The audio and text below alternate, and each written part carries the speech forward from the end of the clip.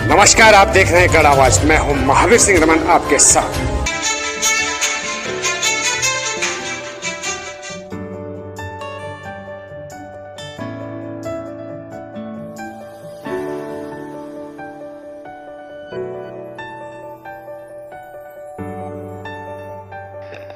नमस्कार, आप देख रहे हैं गढ़ आवाज। मैं हूं महावीर सिंह रमन आपके साथ। और जैसा कि आप जानते हैं कि कोडर नगर निगम की जो मेयर पद की सीटें बहुत ही हॉट है इस सर्द मौसम में, और लगातार जो है कि त्रिकोणीय मुकाबला यहां पर समझा जा रहा है, क्योंकि कांग्रेस और बीजेपी को अगर टक्कर देने में कोई सक्षम है तो इस वक्त जो है पूर्व सैनिक संघर्ष समिति के महेंद्र पाल सिंह रावत जी हैं, जिनका कि लगातार जनाधार बढ़ता जा रहा है, जिनके पीछे लगातार जो है मातृशक्ति और युवा और सेवानिवृत्त सारे ही जितने लोग हैं वो सब उनके साथ इस समय कदम से कदम मिलाकर चल रहे हैं। आइए जानते हैं आज बलभद्रपुर में जो है कि एक मीटिंग यहाँ पर हुई है, और बहुत सी आप पीछे देख सकते हैं वीडियो में कि कितनी मातृशक्ति और कितने जो है कि लोग यहाँ पर एकत्रित है। एक छोटी सी मीटिंग में इतने लोगों का इकट्ठा होना, ये उनका समर्थन है, उनके लिए लोगों का प्यार है। तो आइए जानते हैं एक पब्लिक ओपिनियन में यहाँ पर जिन लोगों ने अभी महेंद्र पाल सिंह रावत जी को सुना कि क्या कुछ जो है कि महेंद्र पाल सिंह रावत जी के लिए वो सोच रखते हैं। बढ़िया लगा। क्या करोगे, जिताओगे? हाँ जी जिताएंगे। आप बताइए। नहीं, उन्होंने जो कुछ भी बोला, क्या वो सारी बातें आपके दिमाग में बैठी या आपको ये लगा कि ये बहुत वाकई सही बात कर रहे हैं? मेहर के लायक हैं, और जैसे उनकी बोली भाषा और हमारे इलाके के हैं। इस टाइम हम ये चाहते हैं कि सभी लेडीज जनता पार्टी जो भी है सब उनको अपने तरफ से। किनको? महेंद्र पाल सिंह जी, बेशक महेंद्र पाल सिंह जी रावत जी मेयर पद के लायक है, क्योंकि हमने बहुत वोट दे दिए। हम भी वोट देते देते इस कोरदार में थक गए हैं। पार्टियां आती है जाती है, लेकिन हमें एक अच्छा छवि वाला व्यक्ति चाहिए जो हमारे कोरदार को सुंदर बनाए, और वो ये काम हमारे मेयर प्रत्याशी और महेंद्र पाल सिंह जी रावत कर सकते हैं। मेरा नाम जीत सिंह भंडारी, मैं वार्ड नंबर 18 से यहाँ पर घमंडपुर में जो जनप्रतिनिधि जो जनता अपने जो है भावी जो है नगर पालिका निगम के लिए महापौर के निर्दलीय प्रत्याशी महेंद्र पाल सिंह रावत, जिनकी एक बहुत ही अच्छी छवि समाज में पड़ी है।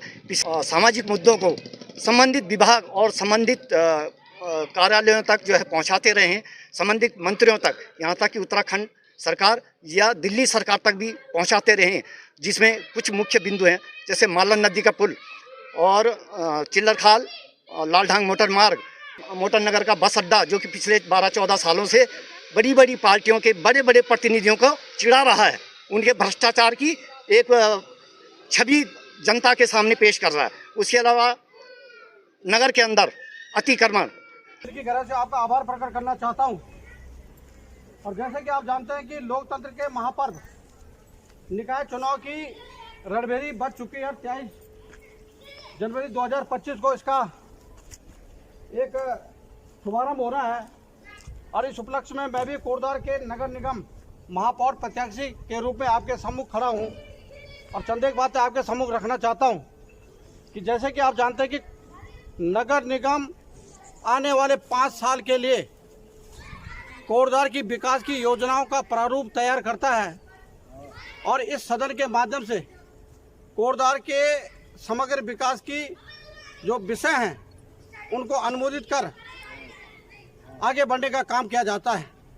और इसके लिए आपके पास एक अनुभवी नेता नहीं, आपके पास एक अनुभवी प्रशासक की आवश्यकता है, क्योंकि हम लोग जिस प्रकार विगत 24 सालों से इन दो पार्टियों के बीच में पिसते हुए आ रहे हैं, उसके कारण कहीं न कहीं कोटद्वार ने अपने विकास की जो गति थी उसको खोया है, और इसका कारण राजनीतिक अनिश्चितता रही है, राजनीतिक लोगों की सोच रही है। मैं सीधे तौर पर कहना चाहता हूँ, जैसे कि आप जानते हैं कि 2023 से लगातार हम लोगों के द्वारा, यानी पूर्व सैनिकों के संगठन के द्वारा समय समय पर कोटद्वार के विषयों को शासन प्रशासन के बीच लाने का एक प्रयास किया है, जिसमें आपने देखा होगा सर्वप्रथम हमारे द्वारा लालढांग चिल्लरखाल रैली रोड के लिए एक बहुत बड़ी रैली की गई थी, जिसको बहुत अभूतपूर्व सफलता और योगदान आप लोगों के द्वारा हमें मिला था। और उसके बाद तदुपरांत वहाँ पर एक ऐसी आपदा आई कोटद्वार के अंदर कि पांचों पुल कुछ तो ध्वस्त हो चुके थे, कुछ ध्वस्त होने के कगार पे थे। उस समय भी हमने एक अभूतपूर्व रैली निकालकर सरकार को जगाने का प्रयास किया और इसी धारा को हम आगे बढ़ाते हुए मोटर नगर जो बस अड्डा आप जानते हैं विगत 12 सालों से बिल्कुल कोटद्वार के चेहरे पे एक दाग है के रूप में विकसित हुआ है, उसके लिए भी हमने अभूतपूर्व एक रैली की और जिसके माध्यम से हमने सरकार और प्रशासन के बीच में अपनी पैठ बनाने का काम किया।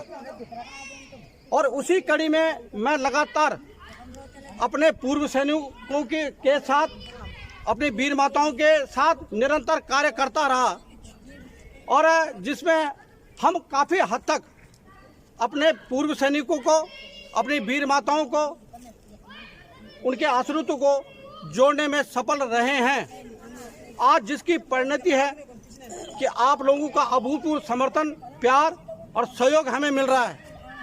आप जानते हैं कि किस प्रकार के सर्वे आजकल कोटद्वार के अंदर किए जा रहे हैं और ये सर्वे पानी के माध्यम से, घरों के माध्यम से, सीवरेज लाइन के माध्यम से, बिजली के माध्यम से आने वाले दिनों में आपके ऊपर कोटद्वार में टैक्सेस की मार पड़ने वाली है।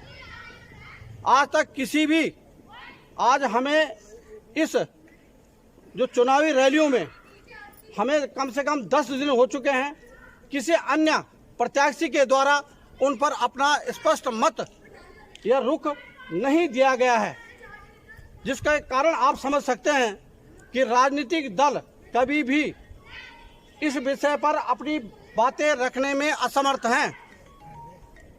हम जानते हैं कि नगर निगम हमने मांगा नहीं था, नगर निगम हमारे ऊपर थोपा गया और यहाँ पर एक नेता नहीं जो दिन भर राग लपेट करते हुए इधर उधर भागता रहे।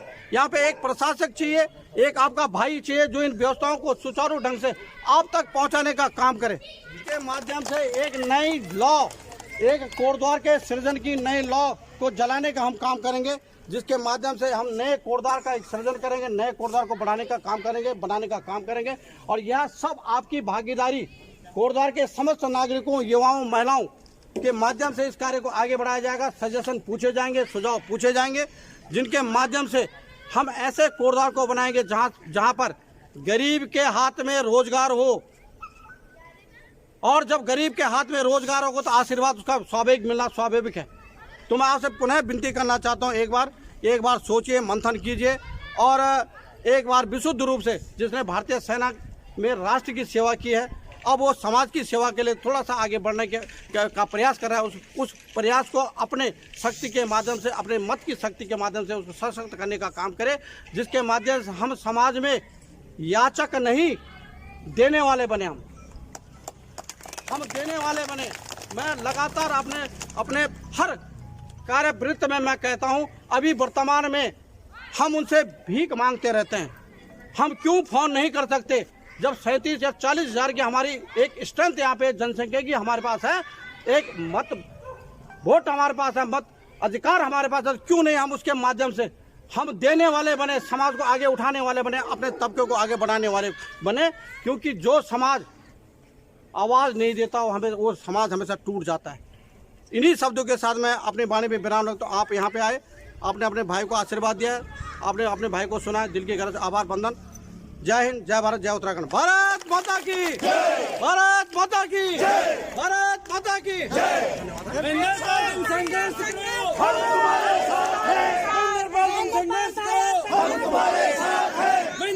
संघर्ष करो, जनरल खंडूरी का बदला लेके रहेंगे, जनरल खंडूरी का बदला लेके रहेंगे, जनरल खंडूरी का बदला लेके रहेंगे। धन्यवाद। हमारा मेयर कैसा हो? हमारा मेयर कैसा हो?